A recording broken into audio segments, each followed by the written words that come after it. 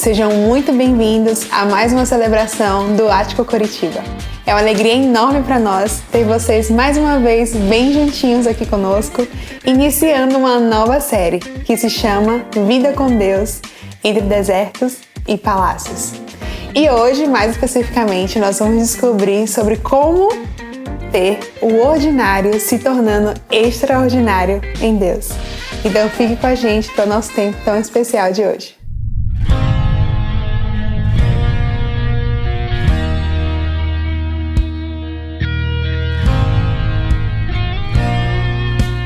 Os passos do gigante, ele está vindo para guerrear. E distante vou ouvindo gargalhadas, ele quer de Deus zombar. Ele vem chegando mais perto, ele tem quase 3 metros. Tem lança, capacete, tem couraça e escudeiro. E o povo de Israel se treme todo de medo. Vocês não podem vencer. Vocês não podem vencer. Vocês não podem vencer. Vocês não podem vencer. Mas Golias nem consegue imaginar quem é que está vindo aí. Um pastor de ovelhas, tocador de harpa, o seu nome é Davi. Ele vem se aproximando, é pequeno, nem tem tamanho. Nas mãos tem um cajado e somente 5 pedras. Mas o coração bem forte bate a certeza. Com Deus eu posso vencer. Com Deus eu posso vencer. Com Deus eu posso vencer. Eu sou tão pequeno, mas meu Deus me faz gigante. Com Deus eu posso vencer. Com Deus eu posso vencer. Com Deus eu posso vencer. Eu sou tão pequeno, mas meu Deus me faz gigante. 1, 2, 3, 4, 5 pedras. Davi pegou lá no riachinho, orou, e então a funda ele girou. Assim o rapazinho, o gigante derrubou. Com Deus eu posso vencer. Com Deus eu posso vencer. Com Deus eu posso vencer. Eu sou tão pequeno, mas meu Deus me faz gigante. Com Deus eu posso vencer. Com Deus eu posso vencer. Com Deus eu posso vencer. Eu sou tão pequeno, mas meu Deus me faz gigante.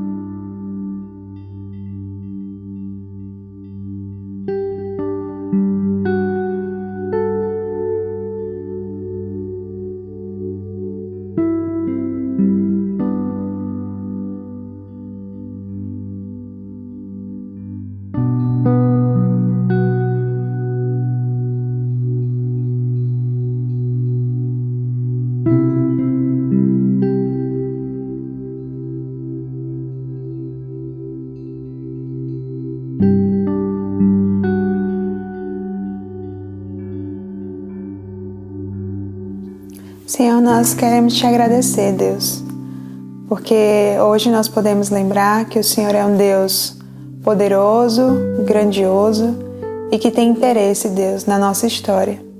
Por isso nós pedimos para que o Senhor possa falar conosco nesse tempo, o Senhor possa ministrar o nosso coração, Deus, através da sua palavra, através daquilo que nós vamos refletir e aprender juntos hoje. Que a sua palavra seja viva dentro do nosso coração nesse dia e através dessa mensagem. Que o Senhor possa visitar cada pessoa que nos assiste nesse momento, trazendo a resposta, o consolo, o encorajamento, a exortação necessária, Deus. Que cada um receba aquilo que tem pedido do Senhor, a resposta que tem pedido em Ti, Pai. Em nome de Jesus. Amém.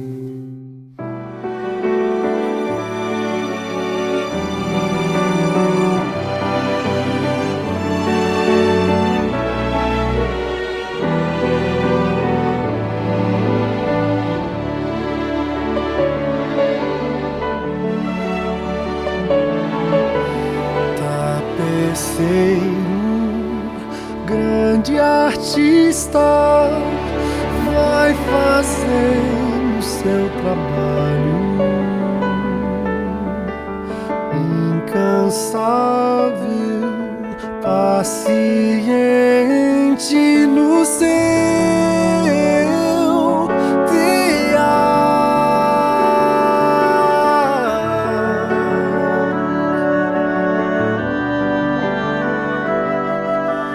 tapeceiro, não se engana, sabe o fim desde o começo. Trança voltas, mil desvios sem perder o fim.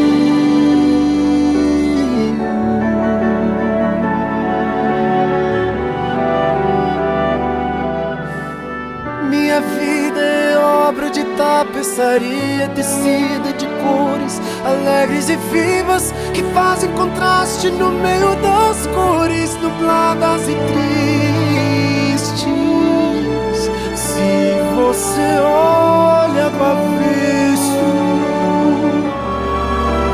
nem imagina o desfecho. No fim das contas, tudo se explica, tudo se encaixa, tudo coopera pro meu bem. Quando se vê pelo lado certo, muda-se logo a expressão do rosto. Obra de arte, pra honra e glória do tapeceiro. Minha vida é obra de tapeçaria, é tecida de cores alegres e vivas, que fazem contraste no meio das cores nubladas e tristes. Se você olha do avesso, nem imagina o desfecho. No fim das contas, tudo se explica, tudo se encaixa, tudo coopera pro meu bem.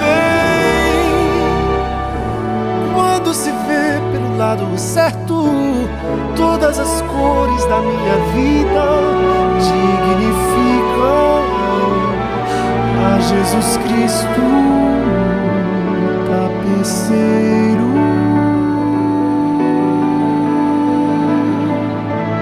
O tapeceiro,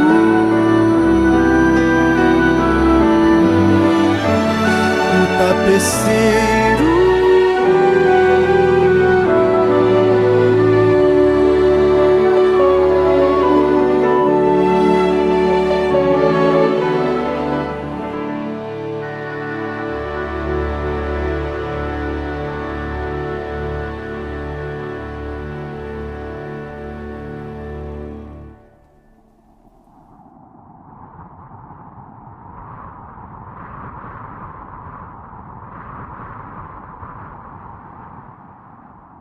Durante a nossa vida, vivemos momentos em que nos sentimos em um deserto.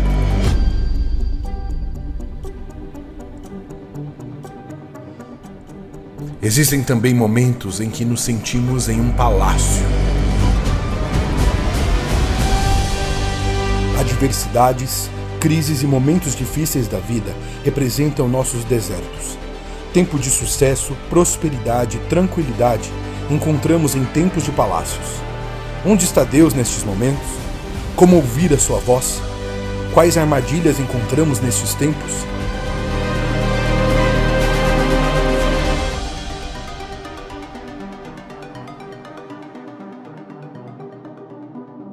Muito bom ter vocês aqui no Espaço Paineiras, bem como todos vocês que estão nos acompanhando pela internet de diferentes lugares do nosso país, inclusive outras partes do mundo. Essa canção que a Miriane acabou de nos trazer, tão inspirativa, compara as nossas vidas com um trabalho de tapeçaria. E é interessante porque quando você olha um trabalho de tapeçaria pelo lado errado, você questiona a capacidade do tapeceiro.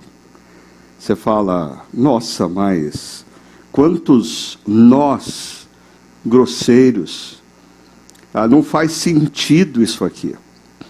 Mas quando você olha o trabalho de tapeçaria pelo lado certo, você se surpreende com a capacidade do tapeceiro de organizar cores, organizar os conjuntos, organizar as imagens.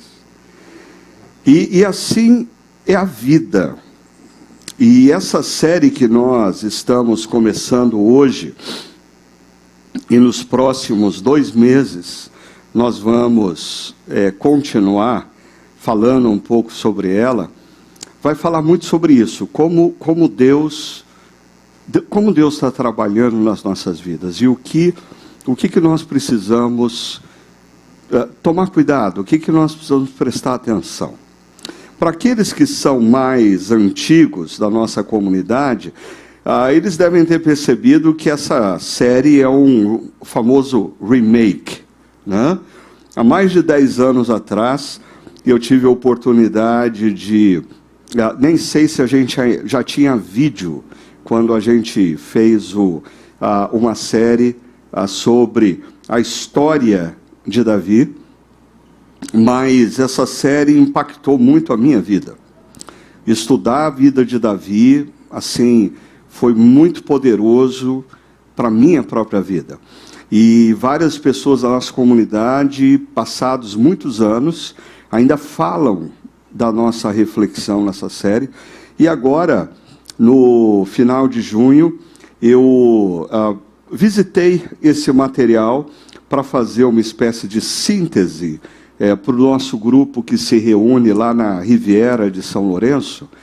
E aí eu comecei a ler novamente a vida de Davi. E eu me surpreendi mais uma vez em perceber a preciosidade que é você entender como Deus trabalha na vida de um homem, de uma mulher, na perspectiva da história. Deixa eu só explicar uma coisa. Quando você pega livros de teologia, hoje está muito em voga a busca de livros da teologia reformada, e você estuda esses livros, você estuda conceitos. Deus é soberano, Deus é gracioso, providência de Deus. Agora, me parece que o estilo literário predileto de Deus são narrativas. Porque ele não nos deixou um livro aonde nós temos uma série de conceitos. Ele nos deixou um livro aonde existe inúmeras histórias. Davi é um indivíduo que tem a maior porção de histórias em toda a Bíblia. Não sei se você sabia disso. Se a gente pegar a Bíblia, nós sabemos mais da vida de Davi do que da vida de Jesus. Assim, existem mais detalhes da vida de Davi do que de qualquer outro personagem bíblico. Quando a gente olha a vida de Davi, por um lado, nós encontramos um indivíduo diante de vitórias, diante de adversidades, diante de amizades, diante de decepções, vivendo momentos de grande alegria, vivendo momentos de muita lágrima. Nada muito diferente do que a nossa vida. E é interessante porque a Bíblia não nos apresenta Davi como um super-herói, Davi como um ser super especial ou super espiritual, muito pelo contrário. Assim, se você lê a vida de Davi, é um perigo muito grande você dizer assim, nós cristãos devemos fazer o que Davi fazia. Não, vai com calma aí. Assim, Davi erra muito, pisa muito na bola. Davi comete erros grotescos. Mas ao mesmo tempo que nós vemos a humanidade de Davi, nas histórias nós percebemos Deus se manifestando com graça, a orientação de Deus a Davi, o cuidado de Deus com Davi, o confronto de Deus quando Davi está errando, o perdão de Deus quando Davi se arrepende, e a esperança. E esse fator, esperança na vida de Davi, para mim ele é muito interessante a ser resgatado nos dias de hoje, porque nós vivemos assim, numa perspectiva altamente imediatista. A gente está sempre pensando o que a gente tem que fazer para resolver nosso problema agora. O que a gente tem que fazer para dar certo nos próximos 3 dias. Eu quero alcançar o sucesso, o dinheiro, a influência rápido. Agora, Davi, ele chega no final da vida dele e ele olha o cenário, e o cenário não é bonito. Por exemplo, Davi foi um péssimo pai. Davi chega no final da vida dele, a família dele está assim, um caos.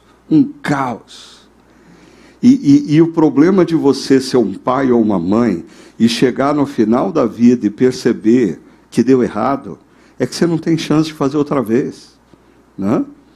Eu, às vezes, em alguns encontros com os meus filhos, eu digo para eles assim, olha, eu procurei fazer o meu melhor, mas assim, a consciência que bate depois que os filhos já estão criados, é que não tem como fazer outra vez.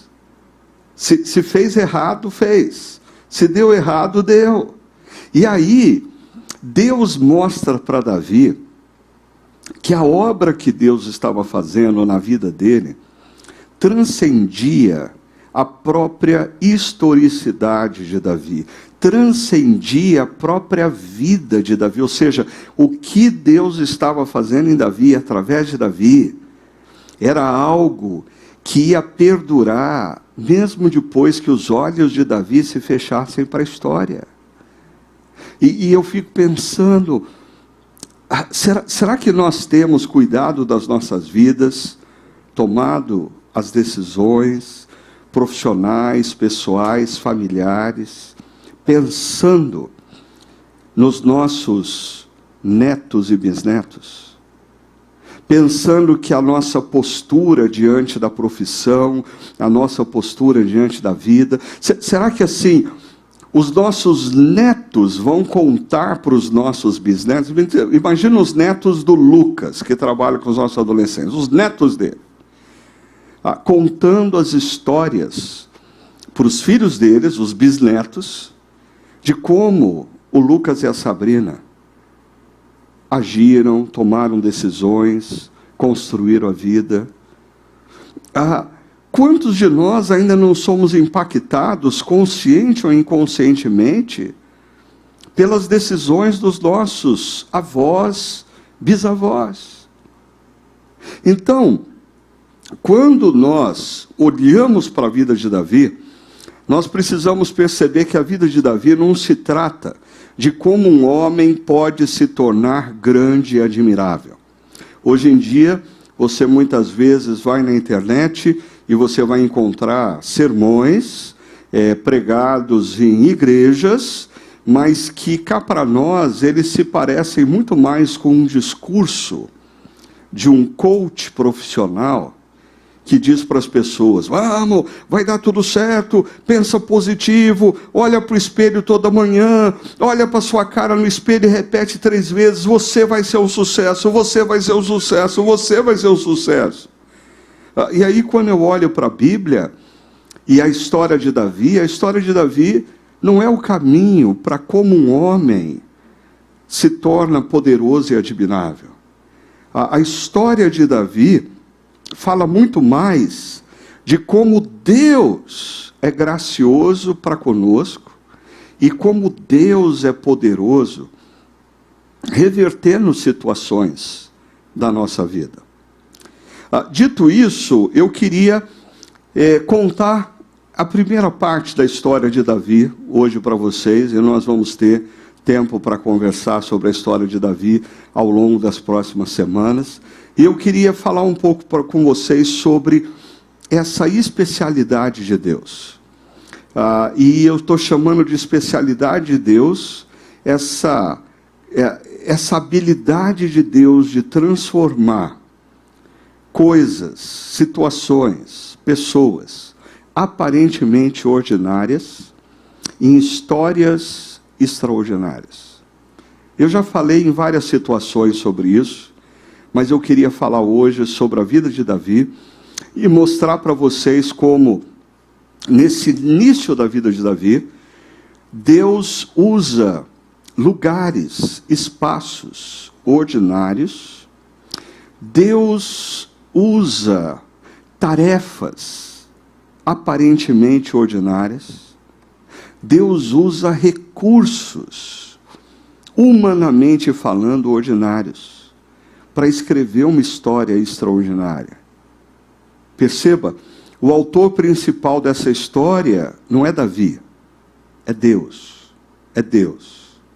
E deixa eu mostrar isso, começando lá no primeiro livro de Samuel, capítulo 16 e 17. Eu não vou ter tempo de ler verso por verso. Essa é a sua missão ao longo dessa semana. Eu vou conversar com vocês sobre alguns dos versos, começando pelo verso 1, quando o autor diz assim: o Senhor disse a Samuel: até quando você irá se entristecer por causa de Saul? Eu o rejeitei como o rei de Israel. Samuel era o profeta. Nós estamos aqui aproximadamente 1000 anos antes de Cristo.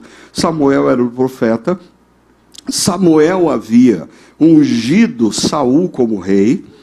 Saul já tinha feito muita bobagem, já tinha decepcionado tremendamente Samuel, tinha frustrado os planos de aposentadoria de Samuel. E aí Deus vem ao encontro de Samuel e diz: até quando você irá se entristecer? É interessante essa frase porque quando nós olhamos para a Bíblia e lemos as páginas da Bíblia, Deus não tem problema nenhum em ver você chorando, lamentando a perda de um ente querido, a dor da traição, a dor da decepção, uma tristeza gerada por uma frustração, por uma crise, por uma adversidade. Não existe problema nenhum nós derramarmos lágrimas em momentos de dificuldade e de dor.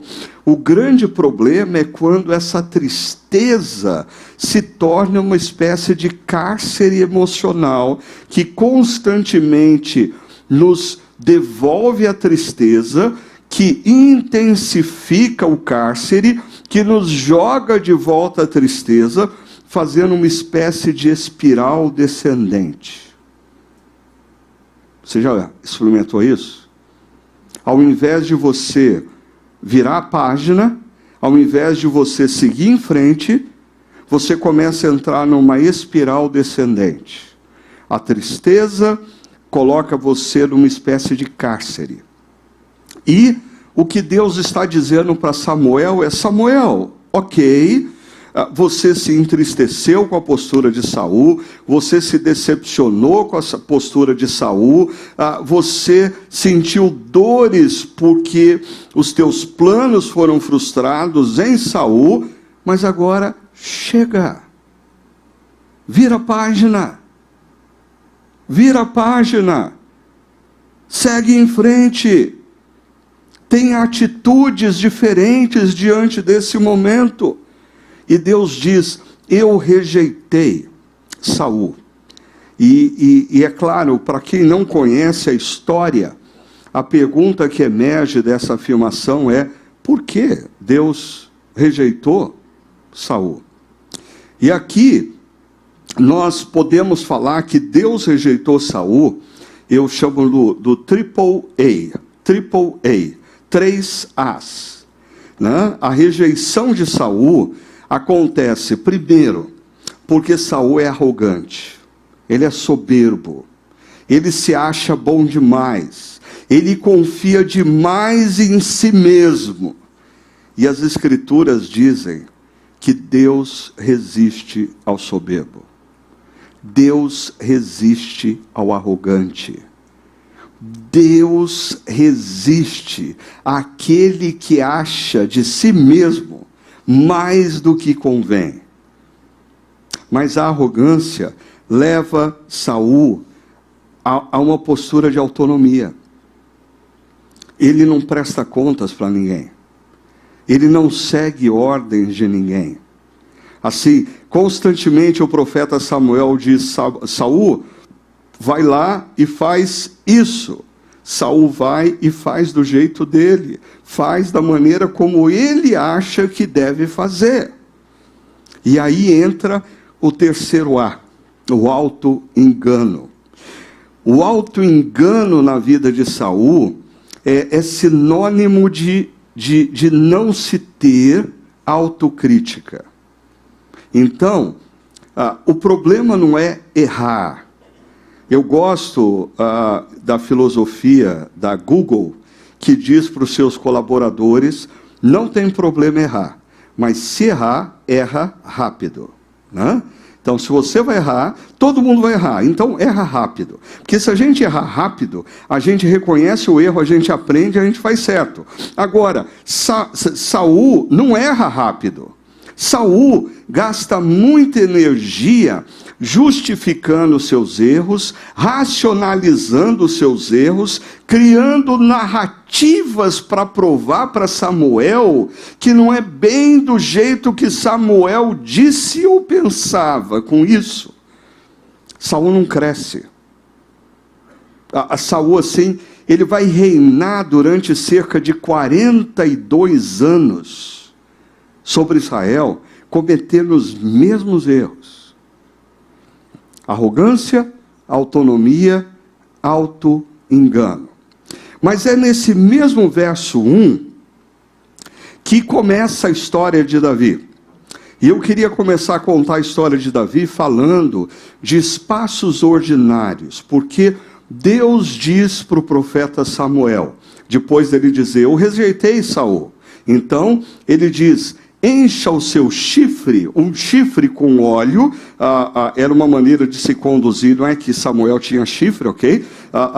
Eles usavam um chifre de carneiro, e se colocava óleo, e o óleo ia ser usado num ritual de unção no novo rei. E ele diz: encha um chifre com óleo e vá a Belém.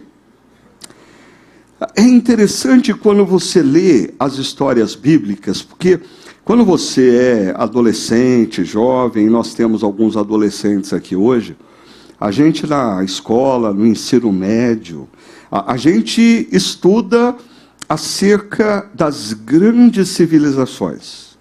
E quando a gente estuda sobre as grandes civilizações, nós ouvimos falar o nome das grandes cidades, dessas grandes civilizações. Belém não é uma delas. Belém é um vilarejo no canto da periferia do mundo. Belém, a primeira vez que a Bíblia fala de Belém, fala como o lugar em que Jacó enterrou a sua esposa querida, Raquel. Mais tarde acontece uma outra história de amor em Belém. Em Belém é o lugar em que uma estrangeira, uma moabita, viúva, uma mulher sem esperança, ela encontra um quarentão rico, latifundiário, chamado Boaz. E a história dela muda.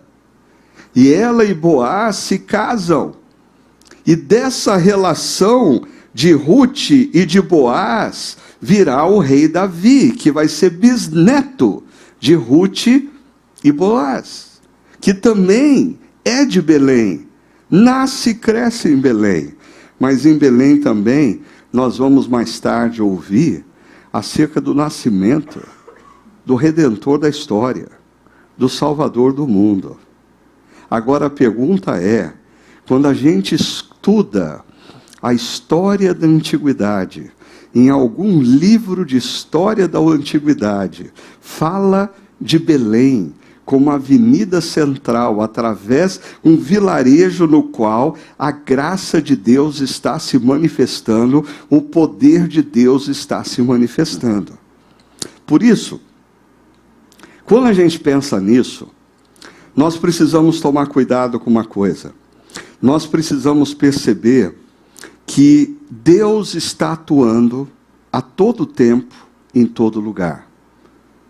Nós só não percebemos isso, até porque hoje nós vivemos tão distraídos, nós não conseguimos nem prestar atenção no que a pessoa que está na nossa frente está falando, nós não conseguimos olhar para os olhos delas, porque nós estamos constantemente com os olhos na tela do celular. Como que nós vamos perceber o mover de Deus nos mais variados lugares? E a história de Davi nos ensina que Deus faz de lugares aparentemente ordinários espaços de uma história extraordinária. Mas nesse vilarejo existe uma família. E família também é um espaço ordinário. Você já percebeu que a vida em família, assim, quando a gente assiste determinados filmes, né? Quando os jovens assistem filmes de romance, parece que a vida a dois todo dia extraordinária. Isso não é verdade. A vida, o casamento é uma caminhada altamente ordinária. A família é uma caminhada ordinária. Por que eu estou dizendo isso? O que faz uma família? Todo dia nós acordamos, nós arrumamos as crianças, nós damos café da manhã para elas, nós levamos elas na escola, nós decidimos quem é que vai buscar na escola, saímos do trabalho, voltamos no final da tarde, procuramos jantar juntos, assistimos alguma coisa juntos na televisão e vamos dormir. E é isso que uma família faz, dia após dia, após dia, após dia. E o perigo é nós acharmos que Deus não está fazendo algo através dessa rotina aparentemente ordinária. Uma palavra que você dá a um filho ou uma filha, um abraço que você dá pela manhã numa esposa ou no marido, um jantarzinho especial que você faça no final da tarde, pode ser algo que ao longo da história você olhe para trás e perceba a manifestação da graça e do poder de Deus naquele espaço chamado família. Famílias têm histórias, famílias têm erros e acertos, famílias nos deixam heranças. E aqui eu não estou falando de heranças financeiras, eu estou falando de heranças emocionais. Eu só queria destacar para vocês que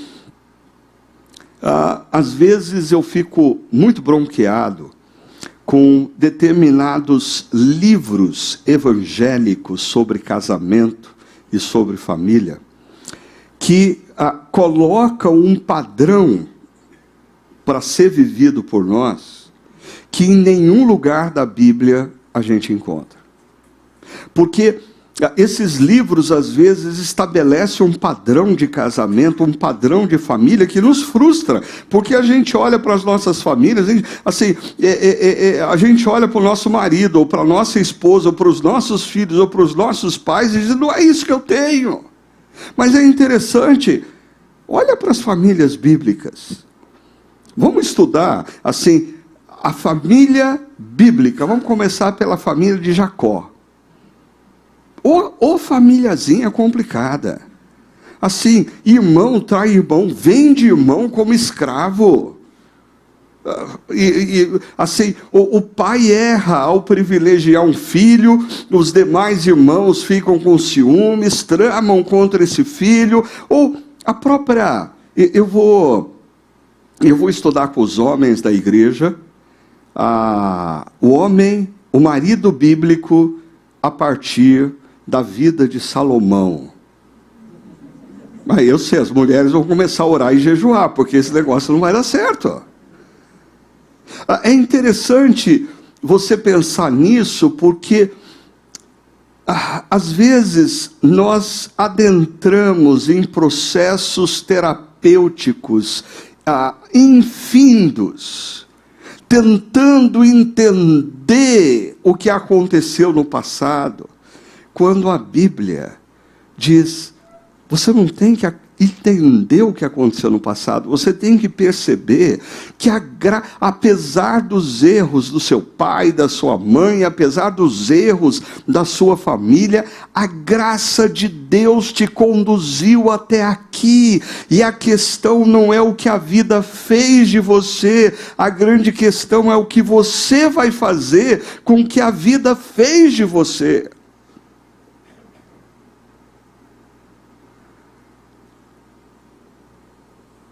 Eu creio que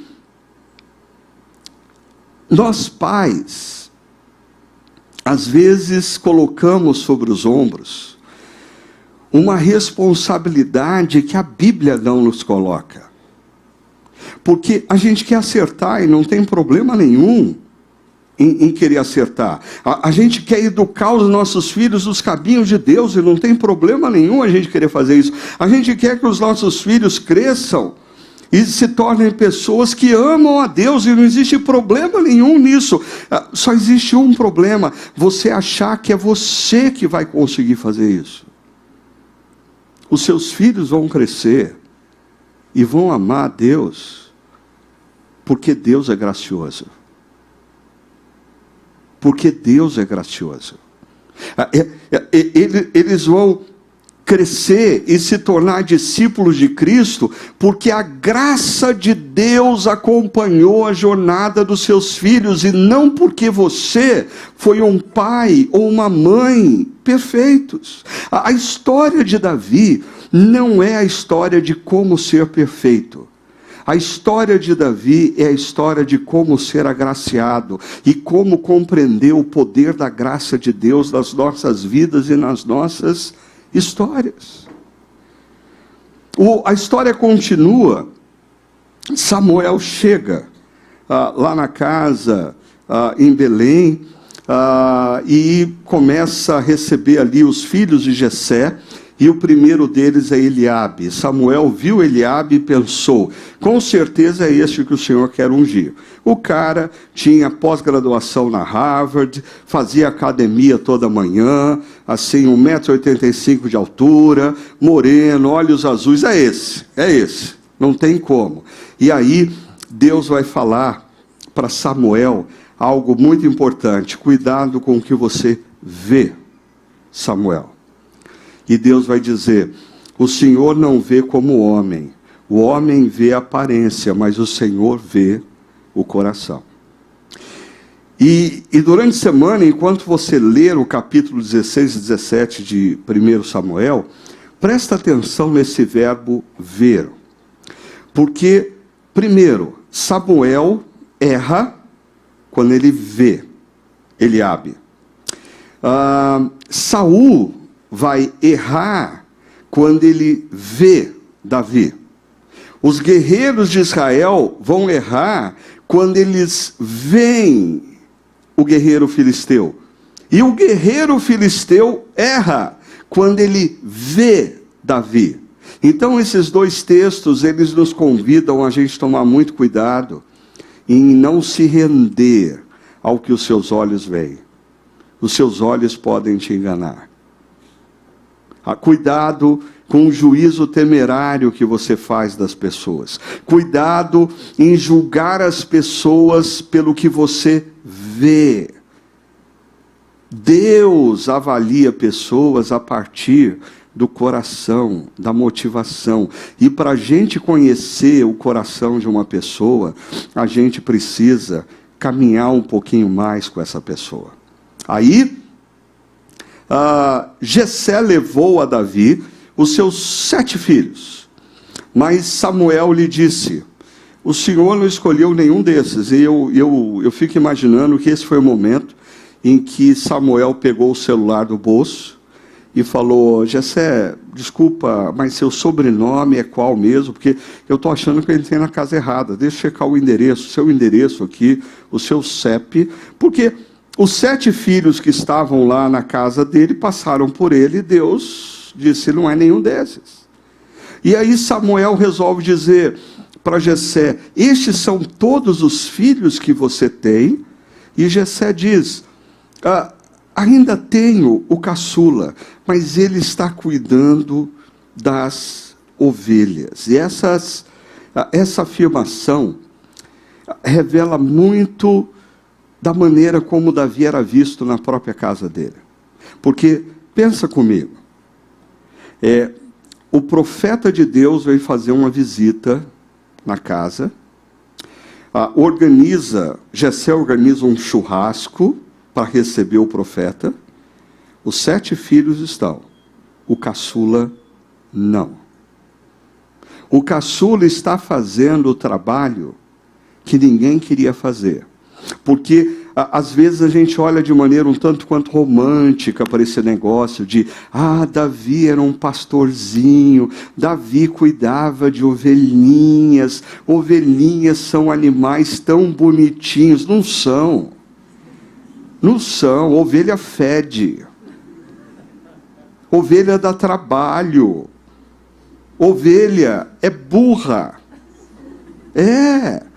Assim, o sujeito, por sinal, na antiguidade, absolutamente ninguém escolhia ser pastor de ovelhas. Se tornava pastor de ovelha por falta de opção.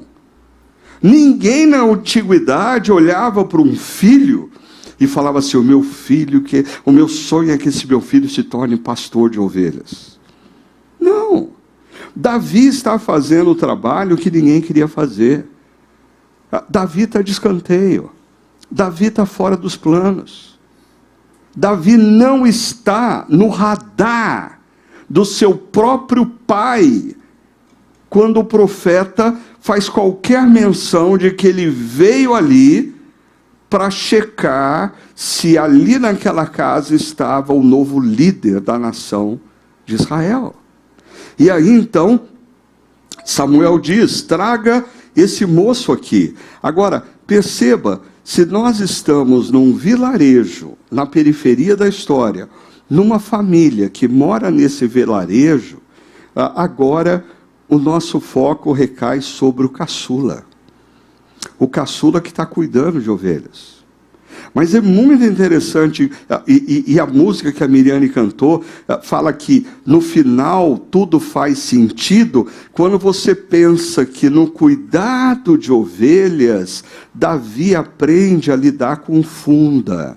No cuidado de ovelhas, Davi aprende a atacar um animal que vem ao encontro das ovelhas. E é isso que Deus vai usar mais tarde, no momento de uma crise internacional. E é aqui que Deus diz para Samuel: levanta-se e unja Davi. Davi é o escolhido. Quando você está lendo a história, eu pelo menos, quando eu estou lendo essa história, e eu chego nesse verso 12, eu sou interrompido na minha mente por uma musiquinha que eu ouvi muitas vezes na minha infância e adolescência.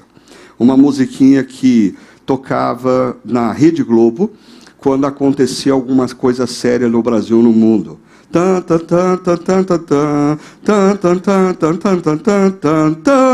Né? Assim, eu não sei quanto você, mas eu tenho traumas em relação a essa música.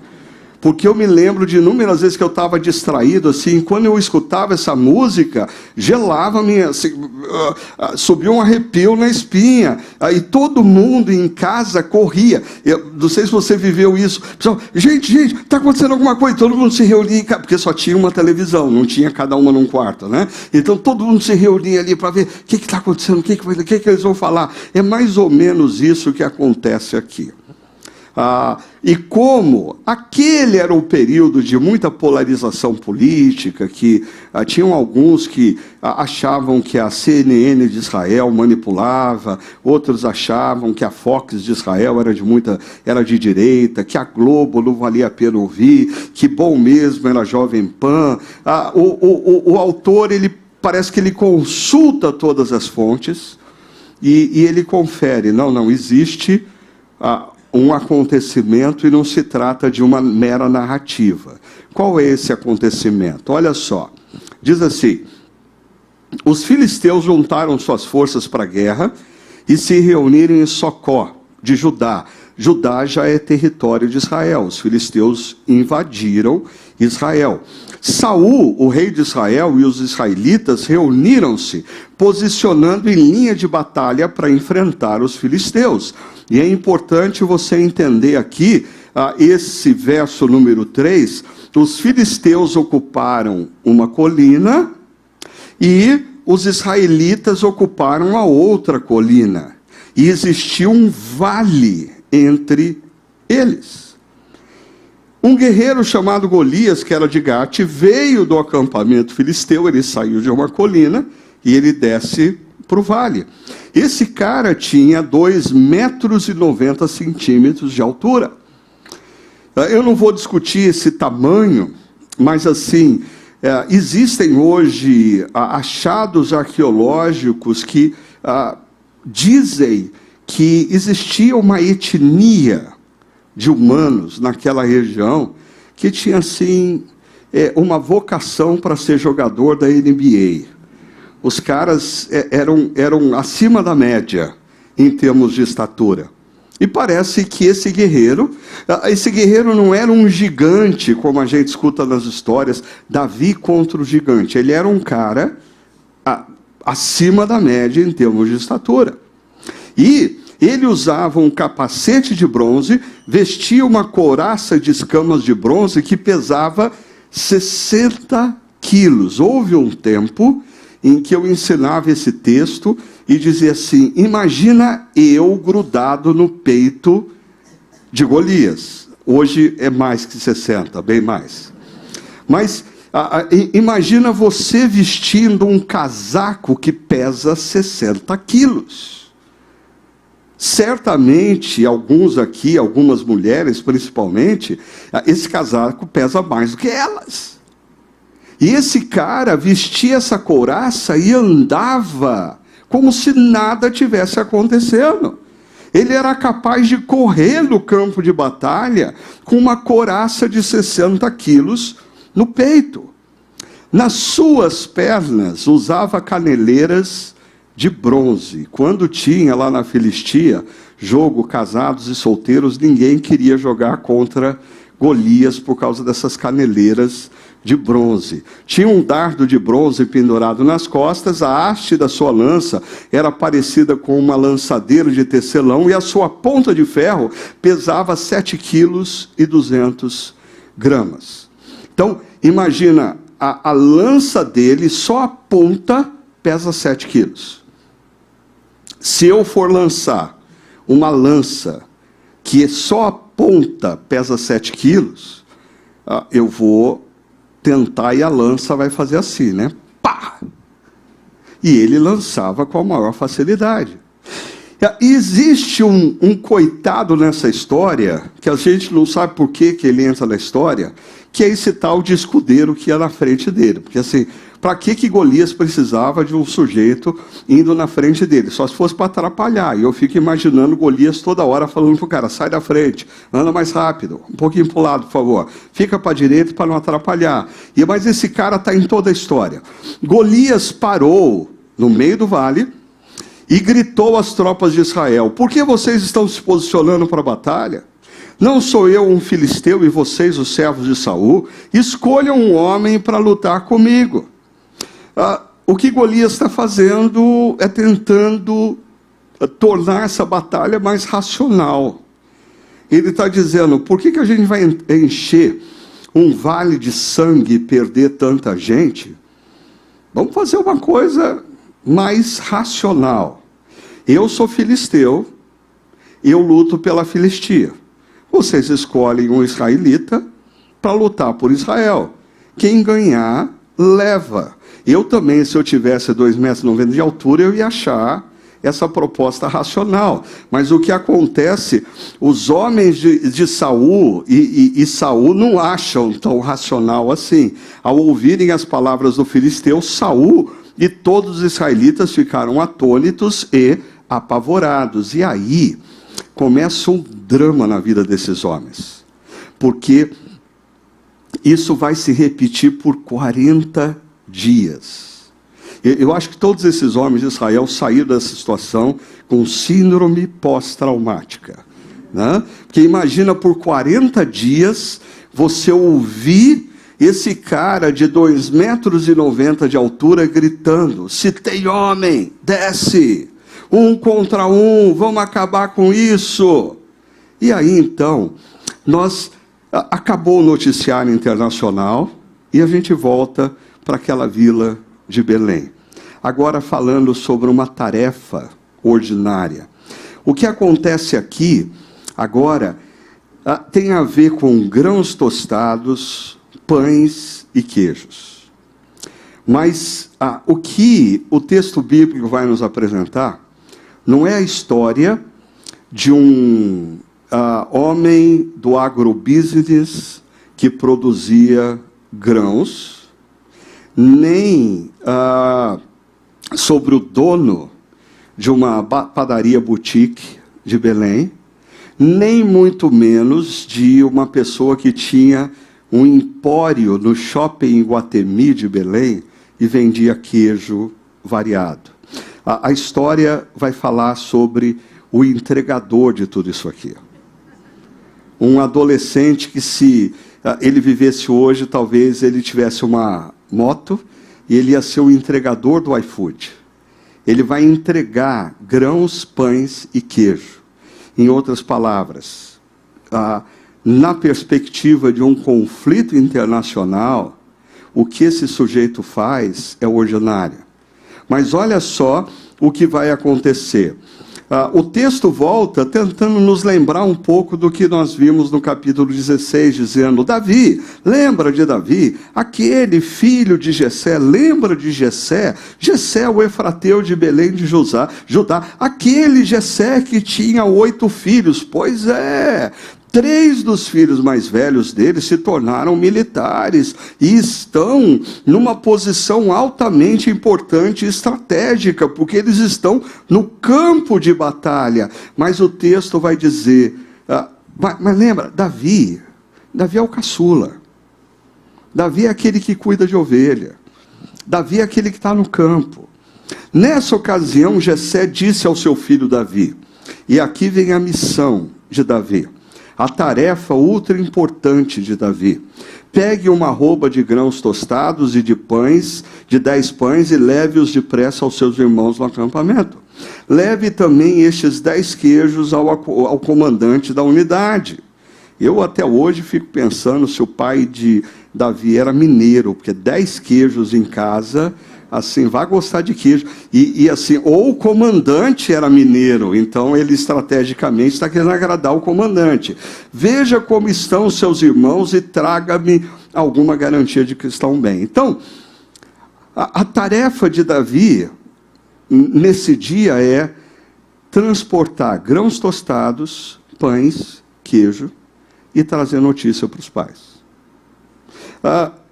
O texto continua dizendo que, levantando-se de madrugada, Davi deixou o rebanho com outro pastor, pegou a carga e partiu, conforme Jessé lhe havia ordenado. E aqui eu queria chamar a sua atenção para uma coisa interessante. Se você tirar o nome Davi desse verso, você vai ter 3 frases que representam a atitude de Davi, e uma última frase que fala da motivação de Davi, por que Davi fez o que fez. Olha só, primeiro ele levanta-se de madrugada, depois ele não sai sem deixar o rebanho que ele cuidava nas mãos de um outro pastor, ele pega toda a carga, não esquece de nada, e partiu. E ele fez tudo isso, diz o texto, porque o seu pai Jessé o havia ordenado. Perceba, nós estamos falando da história de Davi no contexto da rejeição de Saul. Saul não seguia ninguém. Saul não obedecia a ninguém. Saul só fazia o que ele queria. Esse jovem Davi, ele emerge na história como alguém que consegue receber orientação e seguir orientações. Em outras palavras, aqui nós temos 3 características que normalmente acompanham homens e mulheres que ao longo das histórias bíblicas alcançam algum destaque e influência: excelência, responsabilidade e submissão. Davi demonstra esse caráter de excelência. Ele acorda de madrugada. Responsabilidade, ele deixa o rebanho com um outro pastor. Submissão, ele faz o que o seu pai o orientou fazer. E no contexto maior das Escrituras, eu gosto sempre de lembrar que me parece que existe uma sequência que se repete na vida de homens e mulheres que Deus usa nas Escrituras. Preste atenção. Primeiro, Deus delega tarefas. Deus delega tarefas. A primeira coisa que Deus checa na vida de um homem ou de uma mulher é se eles são fiéis ao cumprirem tarefas.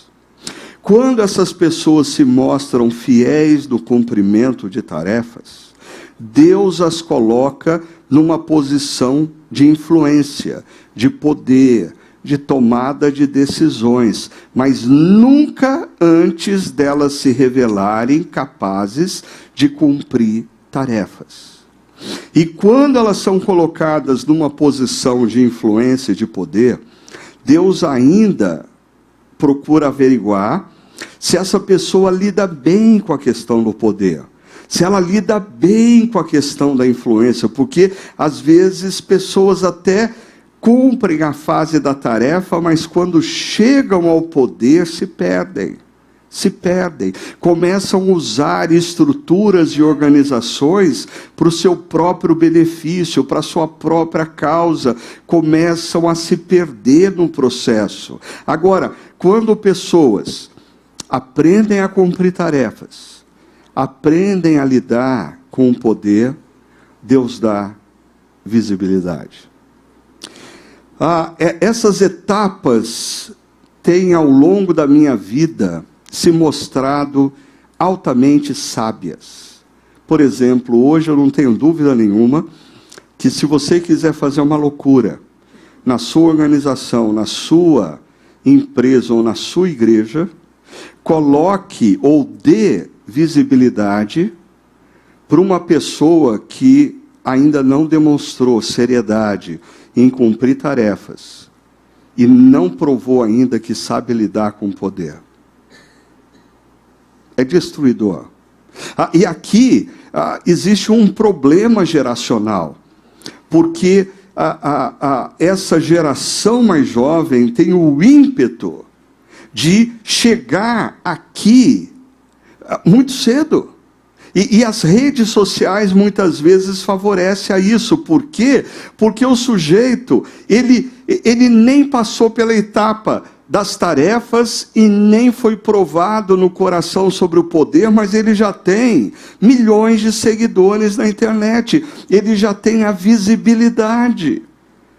Eu conversava com 2 sujeitos já aposentados que foram executivos de multinacional, e eles falavam assim, é muito interessante ver jovens com 28, 27 anos de idade, falando assim, eu sou o CEO da empresa. CEO? CEO da minha startup que eu comecei. Quantos funcionários você tem? Não, só tem eu, mas eu sou o CEO. E eles dizem, esses 2 homens estavam dizendo, Nós levamos 35, 40 anos para nos tornarmos CEOs de empresas. E nós estamos diante de uma geração que antes dos 30 já quer estar nessa posição. Agora perceba o perigo, porque você alcança um nível de visibilidade sem ter sido formado interiormente para cumprir as tarefas e para exercer poder. Quando você olha para a vida de Davi, Deus vai tomar esse cuidado com Davi, mesmo assim Davi dá umas escorregadas lá na frente. Primeiro Davi é testado aqui, tarefa, vai levar grãos tostados, pães e queijo para os seus irmãos e traga notícias deles. E o texto diz que quando Davi chega no campo, está justamente na hora da correria, porque parece que o guerreiro filisteu desceu para o vale. E aí Davi deixa o que havia trazido com o responsável. Mais uma vez, essa coisa, apesar de um adolescente, ele toma o cuidado de deixar os pães e os queijos com quem é responsável pelos suprimentos e correu para a linha de batalha para saber como estavam seus irmãos, porque foi isso que o pai dele pediu para ele fazer. Agora, veja só, enquanto conversava com eles, Golias, o guerreiro filisteu, avançou e lançou o seu desafio habitual dos 40 dias. E aqui tem uma frase que não pode passar desapercebido para nós. Davi ouviu.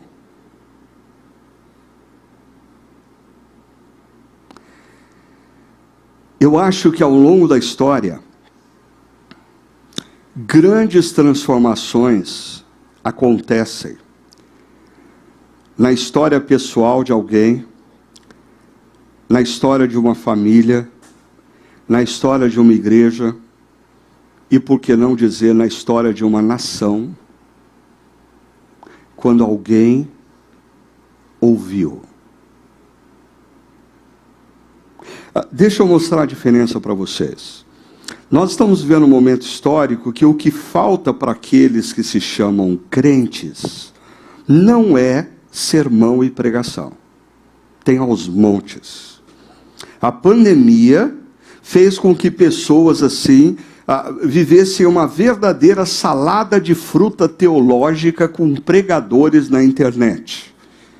Quando muito escutam um pastor da sua igreja, mas depois escutam um outro pastor, e escutam um outro pastor, e escutam um outro pastor, e escutam um outro. Eu diria que nós temos uma overdose de pregação. E por que eu chamo de overdose? Porque alguma coisa errada está acontecendo. Nós escutamos tantas pregações e parece que a ética desse povo que se chama evangélico no Brasil não muda.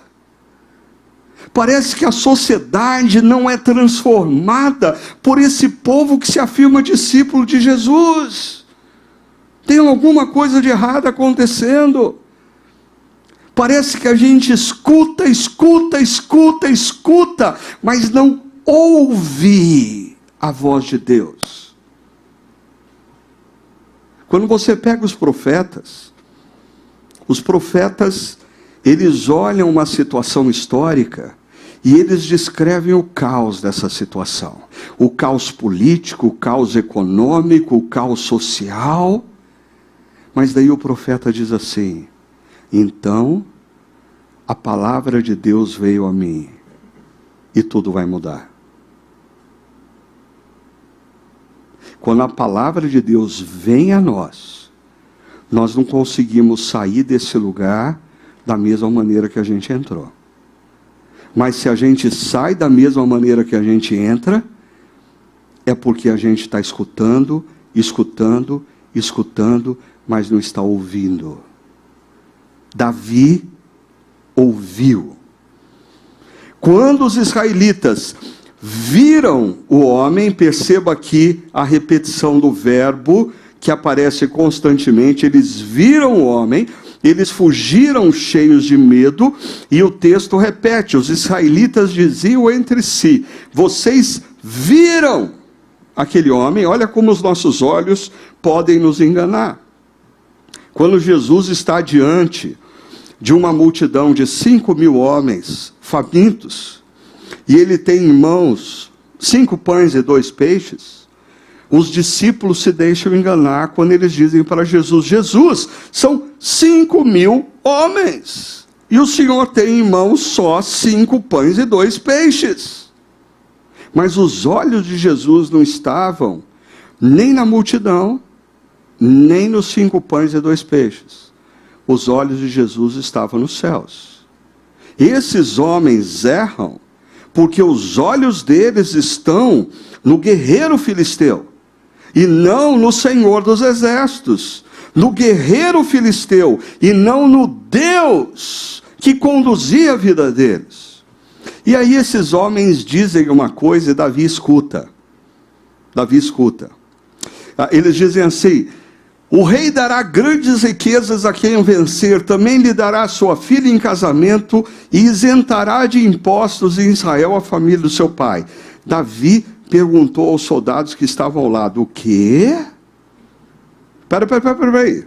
Assim, repete para mim. Davi está falando isso, repete para mim.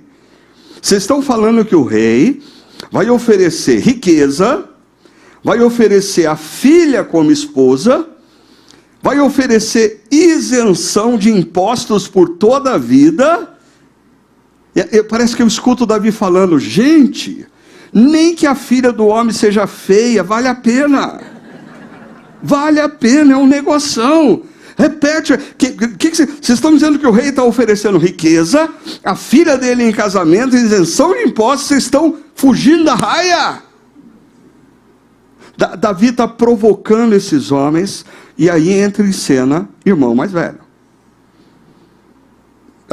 E irmão mais velho faz o quê? Reprime o irmão mais novo. O que o irmão mais novo fala na frente do irmão mais velho é bobagem.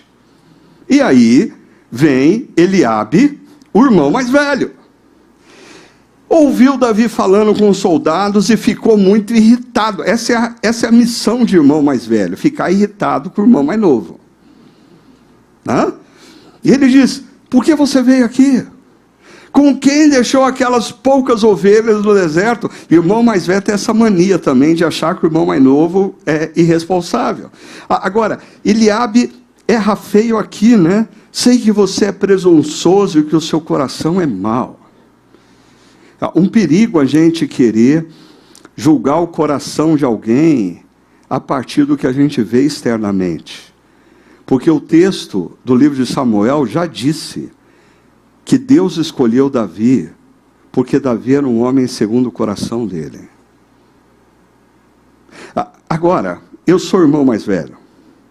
Então eu preciso pegar leve com Eliabe. E eu preciso mostrar para vocês que a missão de irmão mais velho não é fácil também não. Porque olha só, Eliabe dá essa dura em Davi, e Davi responde tipicamente como irmão mais novo, adolescente: o que eu fiz? O que eu fiz? Olha só o que ele diz na segunda frase: será que eu não posso nem conversar agora? Você já ouviu o adolescente, você já ouviu seu filho adolescente falando: papai, o que eu fiz? Não posso nem conversar agora? Não posso falar, tá bom, não falo mais nada, não posso mais falar agora. É isso que Davi faz.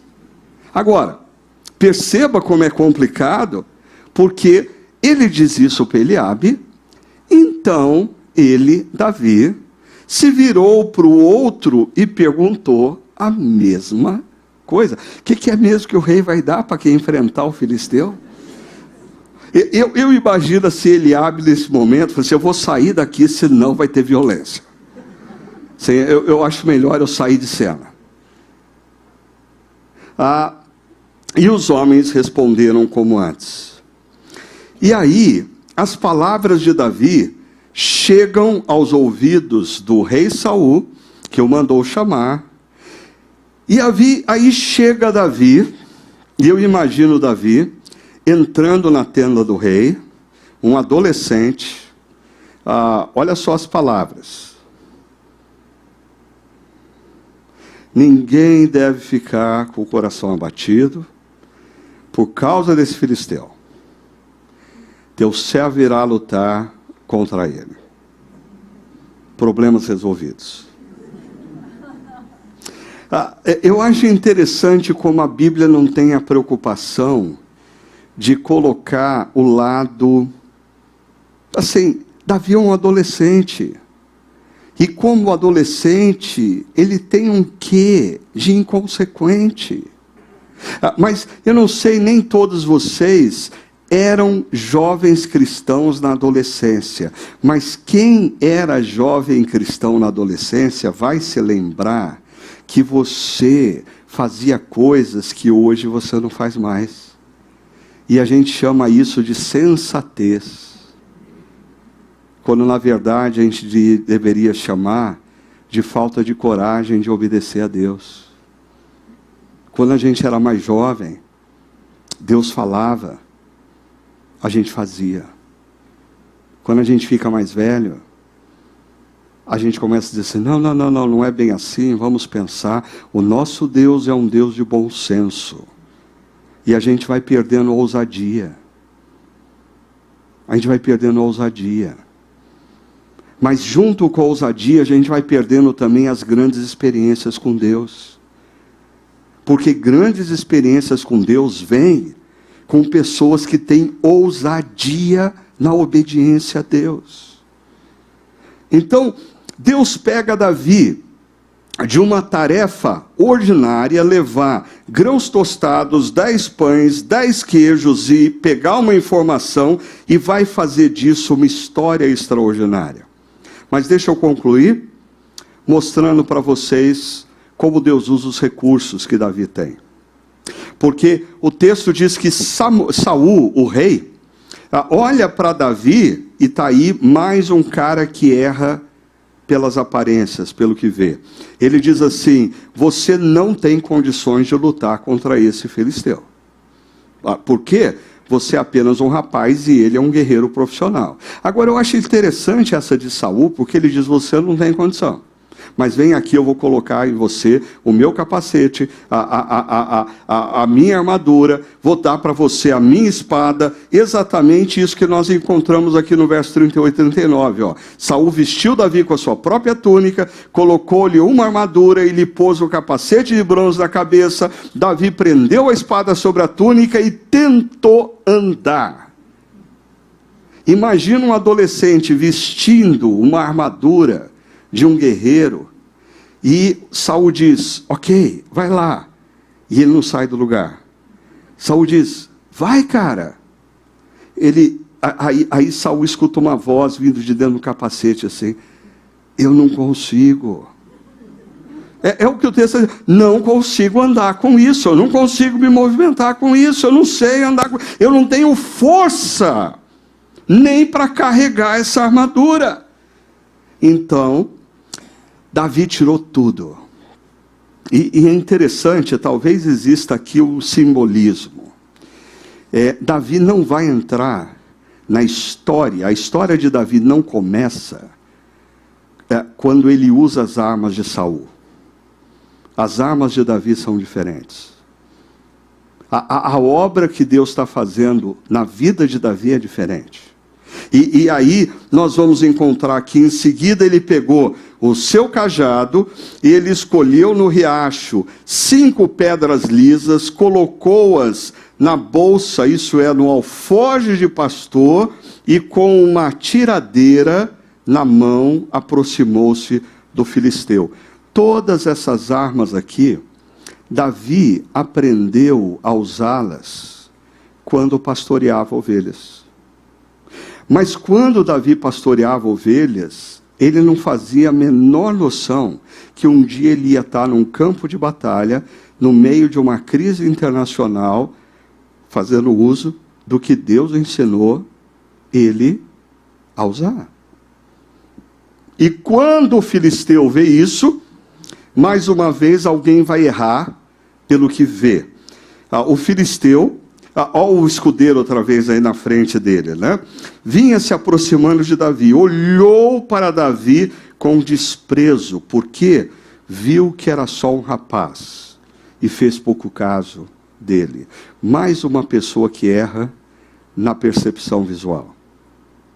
Mas Davi olha para o filisteu e diz para ele: você vem contra mim com espada, com lança e com dardos, mas eu vou contra você em nome do Senhor dos Exércitos, o Deus dos Exércitos de Israel, a quem você desafiou. Deixa eu chamar a atenção para duas coisas aqui.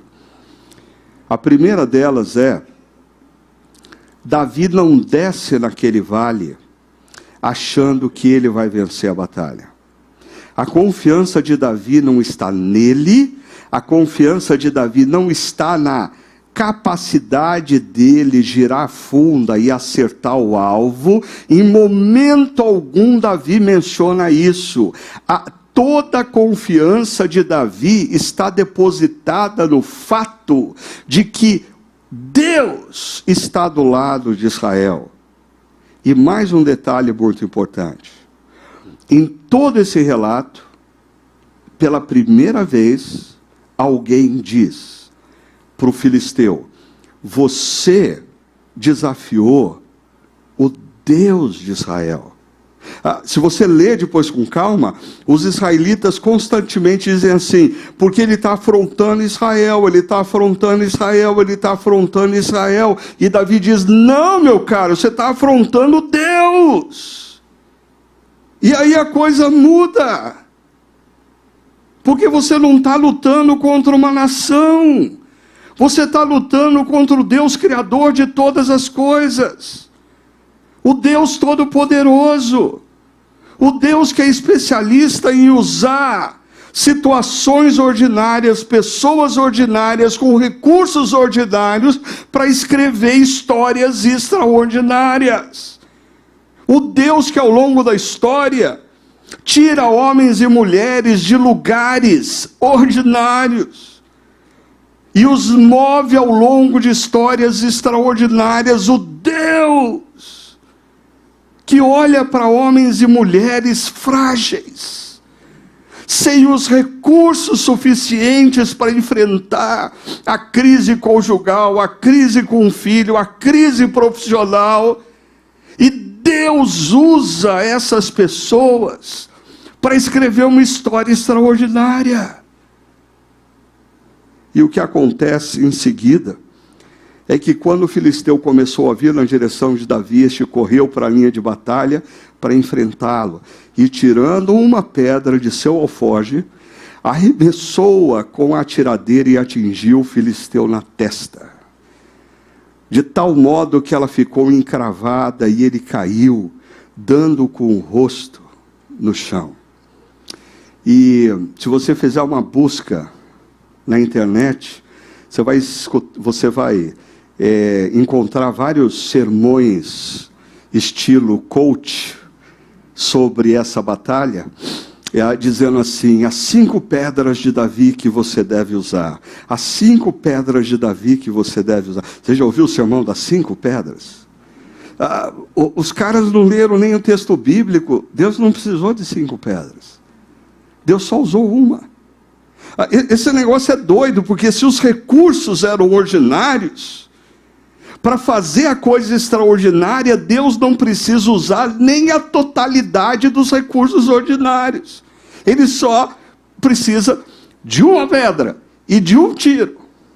E olha como o texto termina dizendo: assim Davi venceu com uma tiradeira e uma pedra. Ele nem usou o cajado. Ele nem usou as outras 4 pedras. Mas quem venceu essa batalha não foi Davi. E é interessante que ao longo da história de Davi, diferentemente da postura de Saul, soberbo, arrogante, Davi ao longo da sua história vai constantemente reconhecer que ele é um simples pastor de Belém de Judá, que Deus resolveu fazer dele o rei de Israel. Ele vem de um lugar ordinário, foi-lhe dada uma tarefa ordinária, e ele tinha recursos ordinários, mas ele estava debaixo das mãos do Deus que é especialista em usar lugares ordinários, tarefas ordinárias, recursos ordinários para escrever histórias ordinárias. Deixa eu concluir dizendo para você o seguinte. Eu acho que essa primeira história que nós começamos a contar sobre Davi, primeiro é um convite à sensibilidade. A sensibilidade no dia a dia, nos mais variados lugares pelos quais você passar, a sensibilidade de que Deus está se movendo e Deus está trabalhando o tempo todo. Você está lá no trabalho, você está na universidade, você está dirigindo no trânsito, você está fazendo café da manhã para os seus filhos, você está buscando os seus filhos na escola, você está fazendo exercício na academia. Presta atenção, Deus está ali. Deus está ali. Deus está falando com você. Deus está usando encontros, frases, situações para trabalhar na sua vida. Assim, tudo na vida parece ordinário, mas quando a gente ganha consciência de que Deus está naquele lugar, os nossos olhos são abertos para perceber que todo momento é extraordinário. E eu preciso ouvir o que Deus me diz. Ainda, eu creio que essa história é um convite à excelência. A fazer bem tudo que for colocado nas suas mãos. Mesmo que a sua tarefa seja carregar grãos tostados, pães e queijos. Às vezes eu percebo pessoas assim, dialogando comigo como um dos pastores da igreja. Pastor, eu estou disposto a ajudar em qualquer obra da sua comunidade, contanto que ela seja grande o suficiente para um cara capacitado como eu. Primeiro Deus manda Davi entregar grãos tostados, pães e queijo. E eu gosto sempre de pensar comigo o seguinte: naquela manhã, quando Davi acordou, ele não acordou assim dizendo: Deus, estou pronto para me tornar herói nacional. Não, ele acordou de madrugada e falou assim: ai, que sono, mas eu preciso levar grão tostados, pães e queijo para os meus irmãos. E ele vai para o campo como entregador do iFood. E no final da tarde, ele é herói nacional. Mas não porque ele criou essa cena, mas porque ele cumpriu a missão que estava nas mãos dele com excelência. Ainda, eu acho que essa história é uma história de confiança. Eu acho que essa é a marca principal que eu trago desde a minha infância, quando eu escutava a tia Rosa, minha professora de escola bíblica dominical, contando essa história. Porque a tia Rosa super enfatizava essa questão, dizendo: vocês, ao longo da vida, vão enfrentar situações que são grandes demais para vocês, mas confiem em Deus. Hoje, conhecendo um pouco mais a Bíblia e percebendo a história de Davi como um todo, eu diria: é claro, mas a gente não precisa confiar em Deus só diante do guerreiro filisteu. A gente tem que confiar em Deus quando a gente está no campo cuidando de ovelha, quando alguém manda a gente carregar grão tostados, pães e queijo. O tempo todo a gente tem que confiar em Deus, porque Ele é o tapeceiro que está tecendo uma história maravilhosa nas nossas vidas, mesmo quando a gente não se dá conta, mesmo quando Ele faz um movimento que a gente diz: Deus, eu não entendi o porquê. Confiar em Deus não é um exercício de orar e fazer Deus fazer a nossa vontade. Confiar em Deus é um exercício de crer na bondade dele, mesmo quando as situações que acontecem diante de nós parecem estranhas. E por fim, essa é uma história que nos convida a olhar para Jesus. Porque Davi é uma espécie de rascunho do que Jesus viria a ser. Jesus, o Deus criador dos céus e a terra, ele nasce num lugar ordinário, Belém.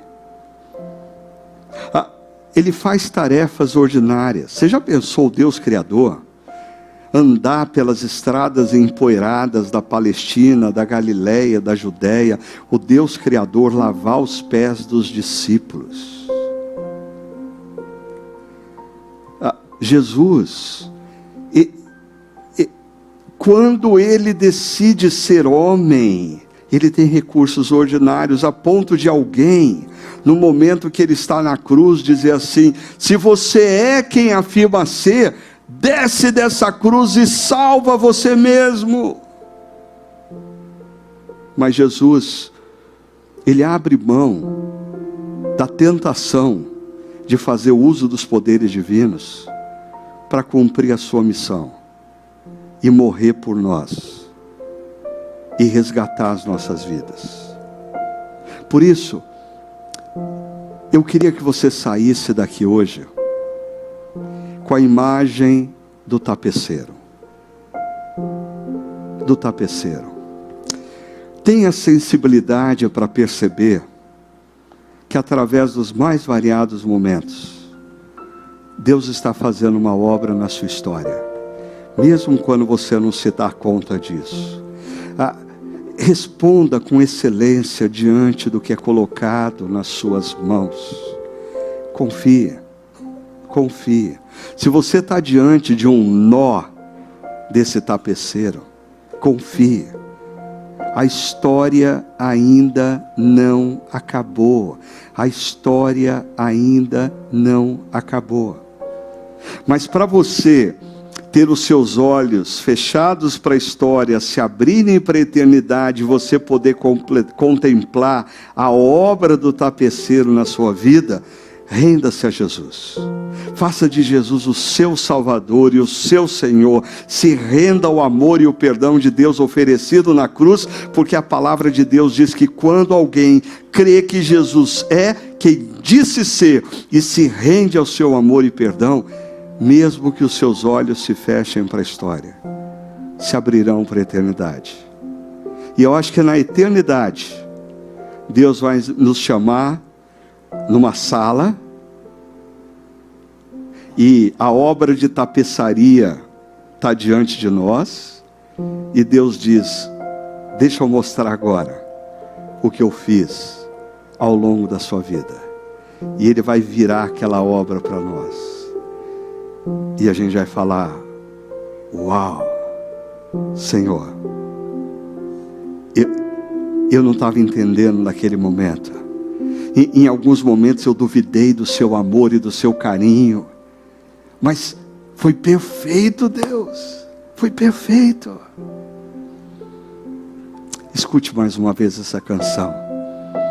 Não deixe de dizer: Deus, eu quero te ouvir mais, eu quero fazer mais, mas eu quero confiar mais. E Deus abençoe a caminhada de cada um de vocês.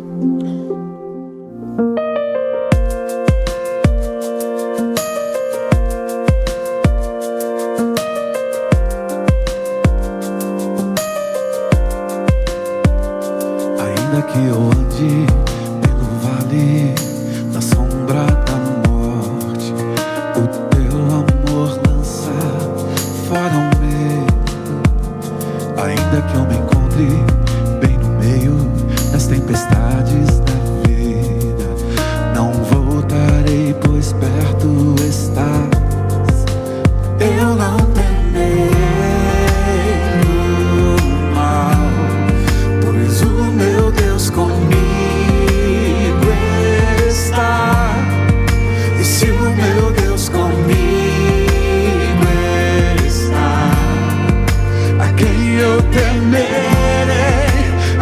eu temerei. Oh não, nunca me deixou na tempestade ou na paz. Oh não, nunca me deixou quando mal. Oh não, nunca me deixou. O Senhor nunca me deixou.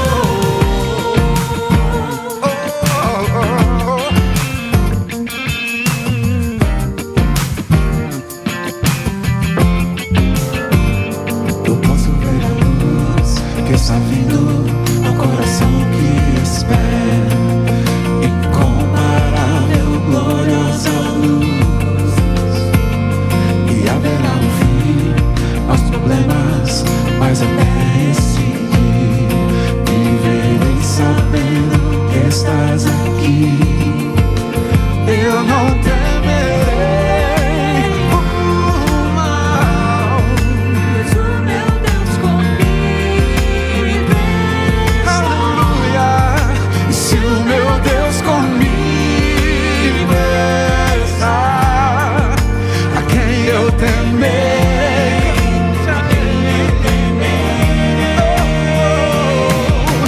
Oh não, nunca me deixou na tempestade ou na paz. Oh não, nunca me deixou quando bem ou quando mal. Oh não, nunca me deixou. O Senhor nunca me deixou.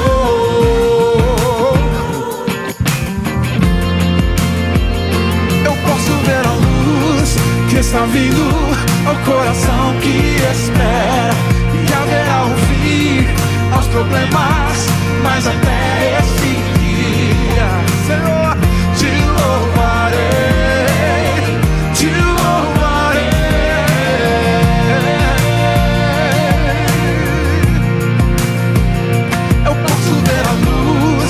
Está vindo ao coração que espera. E haverá um fim aos problemas, mas até esse dia chegar, te louvarei, Senhor, te louvarei. Te convido a erguer a sua voz e cantar confiantemente. Diga isso.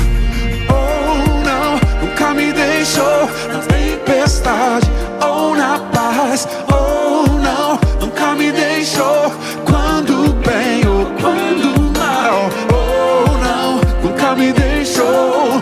O Senhor nunca me deixou. Não, não, nunca me deixou na tempestade ou na paz. Oh não, nunca me deixou quando bem ou quando mal. Oh não, nunca me deixou. O Senhor nunca me deixou. O Senhor nunca me deixou. O Senhor nunca me deixou.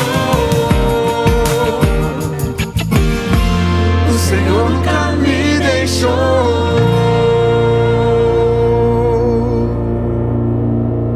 É tão bom saber que o comum, talvez o simples ou o pouco para nós, com Deus, se torna algo extraordinário.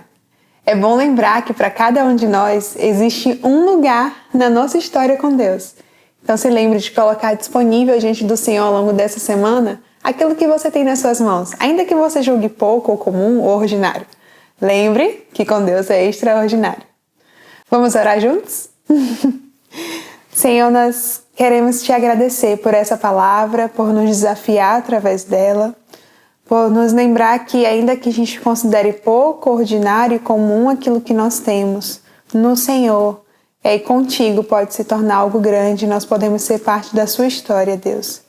Então eu quero orar por cada pessoa que recebeu essa palavra, que refletiu sobre esse tema, que o Senhor possa encorajar o coração de cada um deles a se colocar disponível ao Senhor, Deus, no seu trabalho, na sua faculdade, na sua escola, e que eles possam viver e que nós possamos viver nessa semana algo extraordinário contigo. É o que nós te pedimos, em nome de Jesus. Amém.